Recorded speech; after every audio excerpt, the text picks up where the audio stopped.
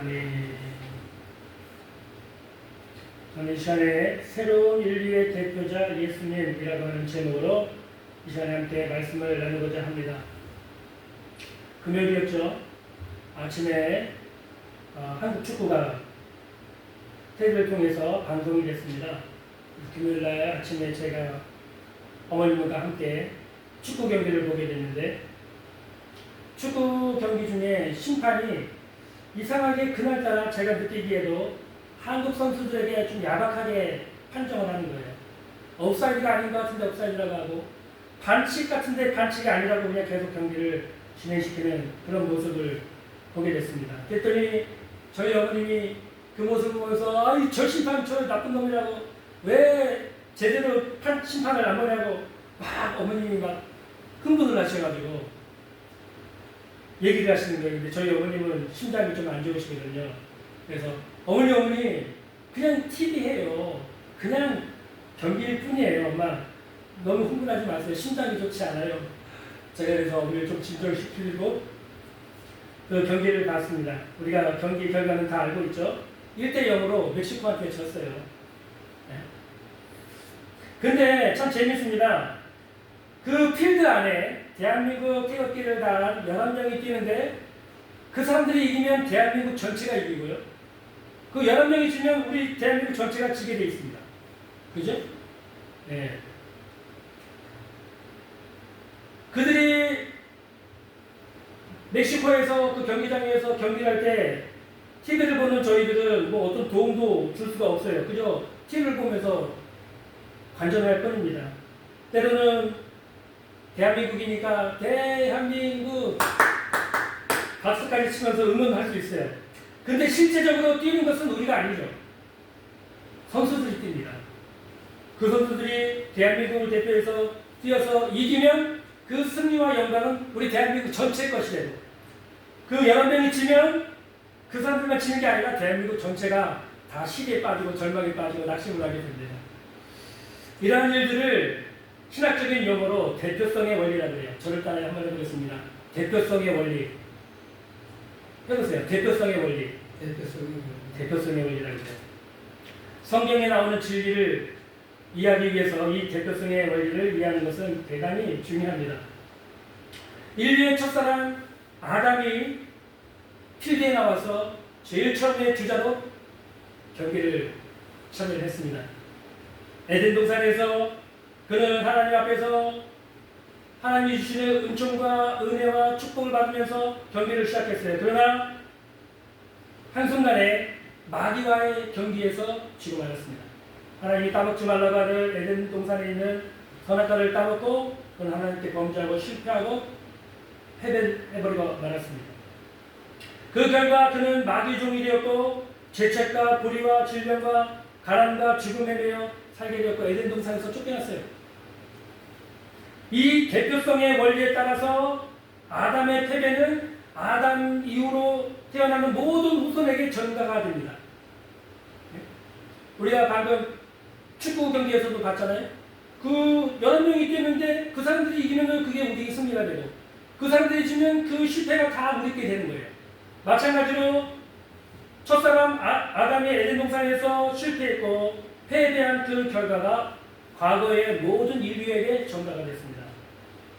그래서 아담 이후에 모든 후손들도 아담과 같이 죄의 책과 불의와 질병과 가난과 죽음에 매여 살 수밖에 없는 인생을 되고 말았습니다. 어느 누구도 인류를 죄의 형벌로부터 구해주지 못했습니다. 어느 누구도 인류를 불의한 삶에서부터 구해주지 못했어요. 사람들이 왜 죄를 지을까요? 학교에서 못 배워서 죄를 지을까요? 우리나라가 요즘에 불륜천국이라고 합니다. 세상에 얼마나 불륜이 많은지, 그 교회 안에서도 성가대 쓰는 사람들끼리 눈이 맞아가지고 바람이 나기도 하는 그런 일들이 있다고 합니다. 교회 안에서도 그런 일들이 나니까 요즘에 사람들의 도덕성이 얼마나 땅에 떨어졌는지 우리가 알 수가 있죠. 사람들이 모를까요? 압니다. 거짓말하면 안 된다는 거 알아요. 바람 피면 안 된다는 거 알아요. 미워하고 싸우면 안 된다는 거 알아요. 사랑하면서 용서하면서 살아야 되는 거 알아요. 근데도 못 살아요. 이렇게.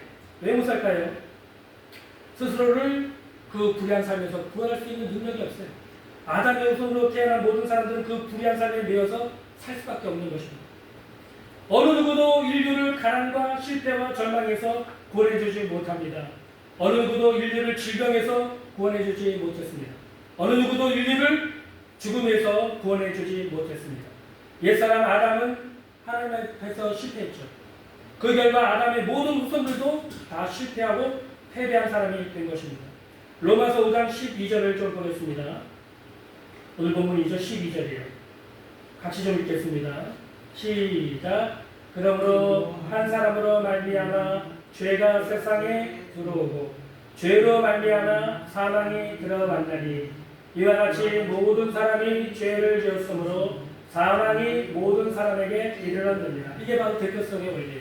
아담 한 사람이 죄를 지었는데 그 죄가 전가가 돼가지고 그 모든 후손이 다 죄를 범한 것이 되는 것입니다. 예? 그 아담이 죽었잖아요. 아담이 죽은 그 결과가 또 그 후손에게 내려가지고 모두들도 다 죽게 되는 것입니다. 예? 하나님 앞에서 아담이 실패했기 때문에 아담의 모든 후손들도 다 하나님 앞에서 실패가 하게 되었습니다. 그 결과 하나님의 영광에 들어올 수가 없게 됐어요. 하나님의 영광을 떠나서 마귀의 종이 되고 죄의 종이 되고 결국 지옥 백성이 되고 말았습니다. 이것이 과거 아담과 과거에 살았던 인류의 모습이었습니다. 그러나 이런 상태가 완전히 180도 뒤바뀐 사건이 일어났습니다. 하나님께서는 2000년 전에 그 외아들 예수님을 새로운 인류의 대표자로 이 세상에 보내신 것입니다. 2000년 전에 하나님의 아들 예수님께서 죄가 없는 인간의 모습으로 이 땅에 오셔서 33년 공생애를 사시다가 마지막에는 십자가 위에서 인류의 모든 죄와 불의, 가난과 질병, 죽음을 다 청산해 주시고 우리를 새로운 인류로 만들어 주셨습니다. 예수님은 아담처럼 실패하지 않았어요. 예수님은 하나님 앞에서 승리를 했습니다. 할렐루야. 네? 예수님은 죄를 하나도 범하지 않으셨습니다. 십자가에서 죽기까지 하나님께 복종하시고 죽으신 지 3일 만에 다시 부활하심으로 마귀와의 싸움에서 완벽한 승리를 거두셨어요. 인류를 대표해서 승리하신 것입니다. 예수님 혼자만의 승리가 아니에요. 예수님의 승리가 곧 나의 승리고 예수님이 얻으신 영광이 곧 나의 영광이 되는 것입니다. 그러므로 예수님의 승리가 이제 예수님을 구주로 믿고 영접한 우리 모든 사람에게 똑같이 주어지는 것이에요. 대한민국 대표팀이 멕시코 거기서 월드컵에서 가서 승리하면 집에 있던 사람들, 거리에 있던 사람들, 회사에 있던 사람들, 학원에 있던 학생들이 다 일어나서 만세를 부르고 대한민국을 외치고 기뻐하고 좋아하는 것처럼 예수님이 그 십자가에서 죽으시고 부활하신 그 승리가 예수님을 구주로 믿고 영접한 모든 사람에게 주어지게 되는 것입니다. 옛사람 아담을 닮은 인류에서 이제 예수님을 닮은 새로운 인류로 변화를 시켜주신 것입니다. 과거에는 죄인이었는데 이제는 용서받은 의인이 됩니다. 과거에는 불의한 사람이었는데 이제는 성령받은 거룩한 사람이 됩니다.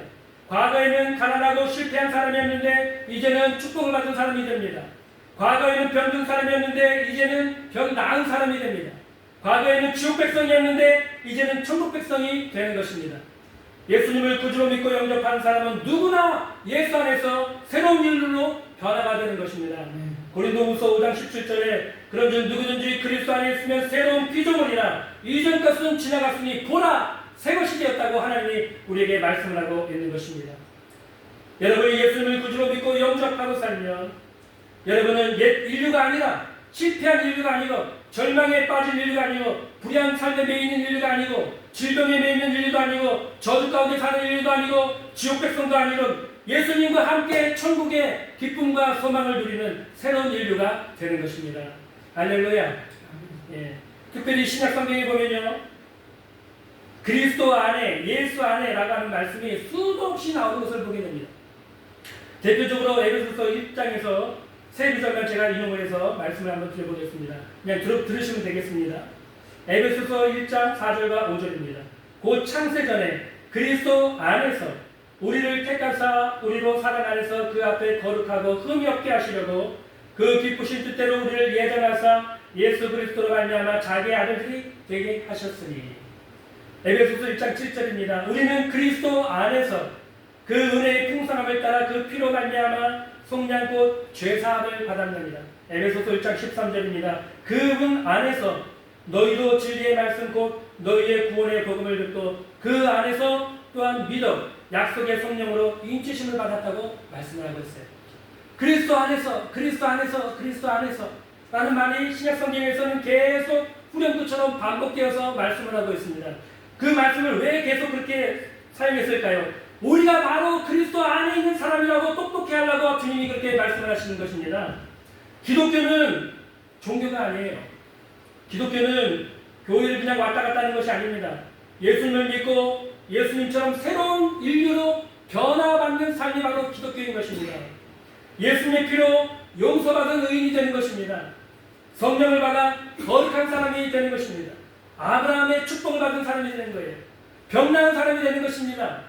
천국 가는 사람이 되는 것입니다. 이것이 바로 기독교가 우리들에게 말해주는 복음의 메시지인 것입니다. 이런 기독교의 놀라운 진리를 우리는 성경에서 얼마든지 그 예를 찾을 수 있습니다. 초대교회 시절에 초대교회를 성도들을 가장 많이 괴롭히고 박해했던 사울이라는 청년이 있었습니다. 그는 바리새인으로 유대교를 열성적으로 믿던 사람이었습니다. 그는 유대교의 하나님 외에 예수를 하나님의 아들로 믿는 그리스도인들을 박해하는 것이 그 인생의 최고의 목표라고 생각했던 시절이 있었습니다. 그는 예루살렘 성 안에 있는 모든 집을 다 집집이 쳐들어가서 그리스도인들을 다 한 사람 한 사람을 다 끄집어내고 찾아냈습니다. 그리고 그들로 하여금 그 앞에서 예수님을 모독하고 경멸하는 말을 하게 하고 침을 뱉게 했습니다. 그렇지 않을 경우에 그 사람들을 감옥에 집어넣거나 그의 전 재산을 다 몰수해서 유대교회에 집어넣고 했습니다. 이 사울 청년의 박해가 얼마나 심했던지 초대교회 예루살렘 교회에는 12명의 사도들만 남고 모두 예루살렘에서 빠져나와서 유대 지역과 사마리아와 이방 지역으로 흩어지게 됐습니다. 사울은 예루살렘의 성 안에 있는 그리스도인들이 한 사람도 남김없이 다 사라져버렸어요. 그 사람 때문에. 이제 사울은 생각을 바꿔서 이방 지역으로 도망친 그 제자들도 쫓아가서 내가 데리고 와서 감옥에 집어넣어야겠다. 계획을 세우고 몇 명의 친한 동료들과 함께 다메섹으로 여행을 떠나게 됩니다. 그리고 그 일행이 다메섹에 가까이 왔을 때 갑자기 하늘에서 강한 빛이 나타났습니다. 그 빛 가운데서 갑자기 소리가 들리기를 사울아 사울아 네가 왜 나를 박해하느냐. 사울이 놀라서 묻습니다. 주님 누구십니까? 나는 네가 박해하는 예수님이라. 빛 가운데 나타나신 예수님을 만난 사울은 다메섹 성에 들어가서 3일 동안 아무것도 마시지도 먹지도 자지도 못하고 식음을 전폐하면서 회개한다. 완전히 새 사람으로 변하게 되었습니다. 전에는 박해자요 폭행자였지만 이제는 복음 전하는 자요 사도가 되었습니다. 전에는 마귀의 자녀였는데 이제는 하나님의 자녀가 되었습니다. 전에는 죄의 종이었는데 이제는 주님의 종이 됐어요. 전에는 부유한 사람이었는데 이제는 성령 충만을 받고 거룩한 사람이 되었습니다. 전에는 앞을 보지 못했는데 이제는 보게 되었을 뿐만 아니라 영안이 열려서 환상 중에 주님도 보는 사람이 되었습니다. 이것이 기독교입니다. 오늘날 예수님을 믿는 사람은 누구나 사울처럼 새로운 인류로 변하게 되는 것입니다. 디모데전서 1장 13절에 내가 전에는 비방자요 박해자요 폭행자였으나 도리어 긍휼을 입은 것을 내가 믿지 아니할 때 알지 못하고 행하였습니다. 사도 바울은 정말 초대교회를 크게 뒤흔들어 놓았던 박해자였고 폭행자였고 비방하는 사람이었어요. 그런 사람까지도 주님이 쫓아가서 주님을 만나게 되면 그 인생이 그렇게 변하게 되는 것입니다. 1990년대 초에 콜롬비아 한 도시에 한 마약상이 있었습니다. 그는 마약을 사서 비싼 값에 팔아 큰 이익을 남기는 장사를 해온 사람이었어요. 그리고 자신도 평소에 마약을 해서 술과 쾌락에 젖어 방탕한 삶을 살았습니다.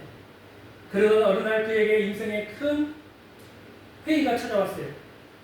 그것을 떨쳐버리려고 더 많은 마약을 하고 더 많은 술을 마셨지만 그의 마음의 공허함은 채울 수가 없었고 상태는 점점 더 악화돼 갔습니다.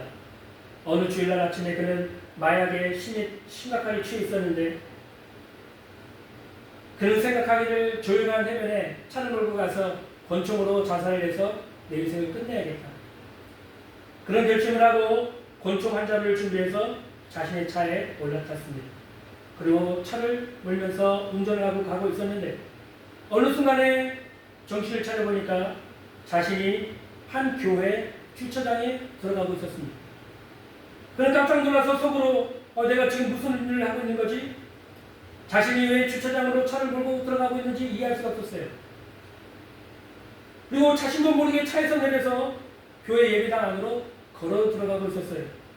그리고 속으로 생각합니다. 지금 내게 무슨 일이 일어나고 있는 거야? 내가 오늘 왜 이러지? 내가 마약에 너무 심하게 해가지고 제정신이 아닌 건가? 이런 생각을 하면서 그는 그날 예배당 안에 들어가게 되었고 예배당 안에는 한 무리의 사람들이 모여서 주일 아침 예배를 드리고 있었습니다. 그날 그는 주일 아침 예배에 참석한 다음에 완전히 딴 사람이 되었습니다. 그날 아침에 그는 예수님을 구주로 믿고 영접하고 새 사람이 되었어요. 마약을 즉시 끊어버리고 마약상 일도 그만두게 되었습니다. 그날 아침 그는 새로운 크리스찬이 되었습니다. 새로운 피조물이 됐어요. 그 간증하는 비디오를 제가 보고 지금 말씀을 드리는 것입니다. 이것이 기독교입니다. 이것이 오늘날 하나님의 성령께서 교회에서 일하시는 방법입니다. 누구든지 그리스도 안에 있으면 새로운 피조물이다. 이전 것은 지나갔으니 보라! 새 것이 되고 새로운 인류가 되는 것입니다. 오늘날 성령께서 우리에게 오신 이유가 바로 이 때문입니다. 성령님은 여러분을 정죄하러 오신 것이 아니에요. 여러분을 책망하거나 심판하러 오신 것이 아닙니다. 여러분을 저주하고 힘들게 하려고 오신 것이 아니에요. 불안과 공포를 주기 위해 오신 것이 아닙니다. 성령님은 여러분에게 새로운 삶을 주시기 위해서 오늘 와 계신 것입니다. 여러분의 새로운 인류로 예수님을 닮은 사람들로 만들어주시기 위해서 지금 여기에 와 계십니다. 예수님이 십자가와 부활을 통해 이루신 그 승리와 영광을 여러분에게 안겨주시기 위해서 지금 여기에 와 계신 것입니다. 죄사함을 주시고 거룩하심을 주시기 위해서 여기 와 계십니다. 여러분에게 축복을 주시고 건강을 주시기 위해 와 계십니다. 천국을 주시기 위해서 여기 와 계십니다.